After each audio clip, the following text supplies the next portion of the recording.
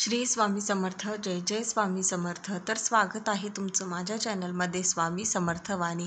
आणि आजचा आपला विषय आहे की दररोज आंघोळ करताना हा एक तुम्हाला उपाय करायचा आहे की तो कोणता, की ज्यामुळे वाईट बाधा, नजर बाधा, लहान मुलं जर चिडचिड करत असतील किंवा मोठेसुद्धा मुलं जर तुमचे चिडचिड करत असतील, लहान मुलं किरकिर करत असतील, तर घरामध्ये नेहमी वादविवाद होत असतील, तर अशा वेळेस काय करायचं की अंघोळ करताना तुम्हाला अंघोळ करण्याच्या आधी किंवा अंघोळीच्या पाण्यात तुम्हाला ही वस्तू टाकायची आहे की ज्यामुळे वाईट बाधा, नजर बाधा जी आहे ती सगळी निघून जाईल आणि तुमच्या घरात नेहमी प्रसन्नतेचं वातावरण राहील.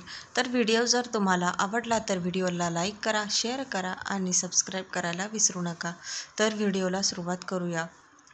कसं असतं ना, आपण खूप वेळेस आपल्या घरामध्ये प्रसन्नता ठेवायचा प्रयत्न करत असतो किंवा वातावरण चांगलं ठेवण्याचा प्रयत्न करत असतो, पण घरामध्ये आपल्याकडून एखाद्या वेळेस चिडचिड होते, नाहीतर आपले जे मिस्टर असतात बाहेरून काम करून आलेले असतात म्हणून त्यांचीसुद्धा चिडचिड होते.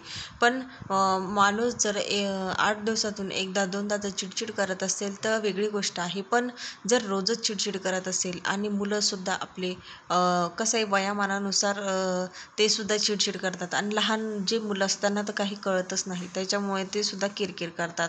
तर अशा वेळेस तुम्हाला काय करायचं आहे, तर तुम्हाला त्यांच्या अंघोळीच्या पाण्यामध्ये एक वस्तू टाकायची आहे की जी म्हणजे पंचकव्य. पंचकव्य जे आहे ते सगळ्यांना माहिती आहे. गाईच्या म्हणजे गाईपासून जे काही पदार्थ मिळतात त्यापासून हे पंचकव्य म्हणजे तयार होत असतं. त्याच्यामध्ये असतं शेण, गोमूत्र, त्याच्यानंतर दूध असतं, तूप असतं आणि दही असतं. तर हे जे असतं हे 5 गोष्टी मिळून हे पंचकव्य हे बनत असतं. तर ही पुडी तुम्हाला कुठेही भेटेल. तुम्ही केंद्रातून सुद्धा आणू शकतात. 7 रुपयाला ती पुडी भेटते. तुम्हाला जर घरी तयार करायचं असेल तुम्ही घरीसुद्धा तयार करू शकतात. आणि ती जी पुडी भेटते ती म्हणजे त्याच्यामध्ये पावडर फॉर्ममध्ये ही जी पावडर असते तर ती तुम्ही लावू शकतात. आता ती लावायची कशी, तर तुम्हाला हातामध्ये थोडं ते घ्यायचं आहे पंचकव्य, त्यात थोडं पाणी टाकायचं आहे आणि डोक्यापासून ते पायाच्या नखापर्यंत तुम्हाला असं लावत यायचं आहे वरतून खाली. असं नाही की जास्तच घेतलं पाहिजे, थोडं जरी घेतलं, फक्त त्याचा थोडा अंश जरी तुमच्या शरीराला लागला तर त्याच्याने खूप काही तुमच्या शरीरातली नकारात्मकता म्हणा किंवा नजरबाधा जर झाली असेल किंवा वाईट शक्ती जर असेल तर ही सगळी निघून जाणार आहे. आता ही कशाने, तर आपण मानतो की गाईमध्ये 36 कोटी देव असतात. तर त्याच्यामुळे आणि गाईपासून मिळणाऱ्या ज्या पदार्थ जर आपण अंघोळीच्या आधी किंवा अंघोळ करताना जर ते पदार्थ आपण आपल्या शरीराला लावत असू तर विचार करा, गाईमध्ये आपण एवढे देवांचा वास असतो, एवढे देव असतात, गाईचा आशीर्वाद आपल्यासाठी चांगला असतो, तर गाईपासून मिळणारे जे पदार्थ असतात त्यांच्यात किती शक्ती असेल.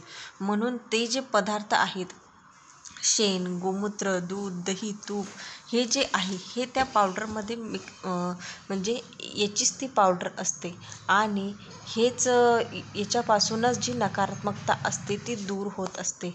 म्हणून तुम्हाला अंघोळीच्या आधी रोज हे पंचकव्य लावायचं आहे किंवा लहान मुलांच्या अंघोळीच्या पाण्यात ते पंचकव्य तुम्हाला टाकायचं आहे. आता तुम्हाला कळलंच असेल की हातावर घेऊन थोडं पाणी घ्यायचं, त्याच्यानंतर डोक्यापासून ते पायाच्या नखापर्यंत थोडं का होईना तुमच्या शरीराला लागलं पाहिजे आणि याने काय होईल की तुमच्यामधली जी नकारात्मकता आहे ती पूर्णपणे निघून जाईल आणि घरामध्ये कोणी म्हणजे भांडणं होणार नाही, घरात मतभेद होणार नाही, सगळ्यांच्या जी मनातली किंवा नकारात्मकता असेल किंवा नजर दोष लागलेला असेल किंवा वाईट शक्ती असेल ती सगळी काही निघून जाईल.